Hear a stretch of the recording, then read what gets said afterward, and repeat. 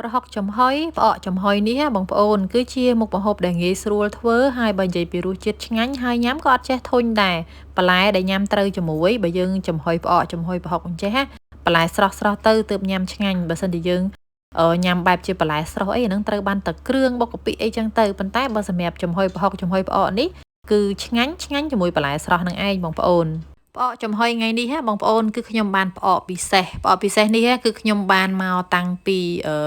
ឆ្នាំមុនណខ្ទង់ខែ11 12អីពួកអីជាផ្អកដែលផ្ញើមកតាំងពីបាត់ដំបងបងប្អូនគឺបងប្អូនញាតិមិត្តគាត់ផ្ញើមកពីបាត់ដំបងហ្នឹងណាហើយក្នុងហ្នឹងគឺមានត្រីកាភ្លៀងមានត្រីឆ្ពិនតូចត្រីចកែងត្រីអីចឹងទៅហើយបើនិយាយពីអូយមើលទៅពណ៌សម្បុរគេនេះគឺល្អមកមើលទៅគឺដឹងថាឆ្ងាញ់ហ្មងបងប្អូនហើយគ្រាន់តែបើកកឡមកឡើងឈ្ងុយអញ្ចឹងគឺខ្ញុំយកផ្អកដែលបានពីបងប្អូនញាតិមិត្តខាងបាត់ដំបងហ្នឹងយកមកចិញ្ច្រាំអញ្ចឹងទៅថែមជាមួយនឹងសាច់ជ្រូក3ជាន់ណាបងប្អូនសាច់តតលាយខ្លាញ់មិនយើងចិញ្ច្រាំយកទៅចំហុយទៅឆ្ងាញ់បន្ទាប់មកយើងថែមទឹកត្រីយើងថែមប៊ីចេងយើងថែមស្ករយើងថែមខ្ទឹមស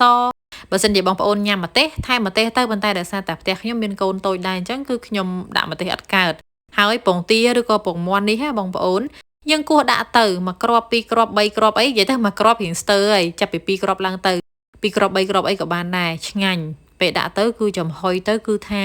ឈ្ងុយហើយឆ្ងាញ់ទៀតហើយឡើងមានជាតិខ្ទិះហ្មងណាបងប្អូនអញ្ចឹងគឺខ្ញុំប្រើពងទាហ្នឹងគឺពងទាស្រែខ្ញុំប្រើ2គ្រាប់ហើយយើងច្បល់យើងកូរគ្រឿងនឹងឲ្យចូលគ្នាសព្វទៅបងប្អូនចង់ដាក់ថែមពងទាប្រៃថែមអីក៏បានដែរណាបងប្អូនហើយសម្រាប់ខ្ញុំគឺដាក់តែប៉ុណ្្នឹងទេបន្ទាប់មកគឺខ្ញុំកូរគ្រឿងកូរអីនឹងឲ្យចូលគ្នាសព្វល្អអញ្ចេះមកចាំយើងយកទៅដាក់ចំហុយបងប្អូនថ្ងៃហ្នឹងខ្ញុំអត់សូវមានពេលទេបើតាមតែខ្ញុំមានពេលណាបងប្អូនពេលដែលខ្ញុំចំហុយឆ្អិនបាន90%ហើយខ្ញុំនឹងគោះយកពងទាផ្នែកក្រហមហ្នឹង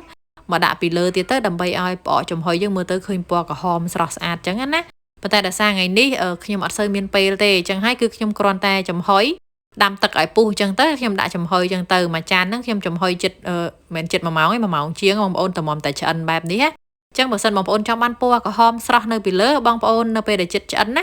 90%ហើយហ្នឹងបងប្អូនគោះពងទាឯផ្នែកយកតែផ្នែកក្រហមមកហើយយកមកចាក់ពីលើហើយយើងលាបឲ្យសព្វអញ្ចឹងទៅដល់ពេលយើងចំហុយថែម10នាទីឬក៏15នាទីអីទៀតគឺឡើងពណ៌ក្រហមស្អាតតែម្ដងតែខ្ញុំប៉ុណ្ណឹងបានហើយគឺញ៉ាំបានហើយហើយផ្អកគឺពេលដែលចំហុយចឹងទៅគឺឈ្ងុយប្លែកពីប្រហុកហើយបងប្អូនពេលដែលយើងច្រាំផ្អកនិងច្រាំប្រហុកក្លិនរៀងខុសគ្នាហើយព្រោះខ្ញុំគិតថាបើយើងចំហុយផ្អកជាមួយសាច់ជ្រូកឆ្ងាញ់ជាងចំហុយប្រហុកមួយសាច់ជ្រូកអានឹងជាកំណត់របស់ខ្ញុំទេព្រោះខ្ញុំញ៉ាំទៅគឺមានអារម្មណ៍ថាច្រាំផ្អកយកមកចំហុយអញ្ចឹងគឺឆ្ងាញ់ជាងច្រាំប្រហុកបងប្អូនហើយសម្រាប់របៀបធ្វើផ្អកច្រាំខ្ញុំគឺមានតែប៉ុណ្្នឹងទេអត់មានអីវែងឆ្ងាយទេគ្រាន់តែយើងច្រាំថែមគ្រឿងឬគ្រឿងធម្មតាហើយដាក់ចំហុយយកតែប៉ុណ្្នឹងឯងបងប្អូន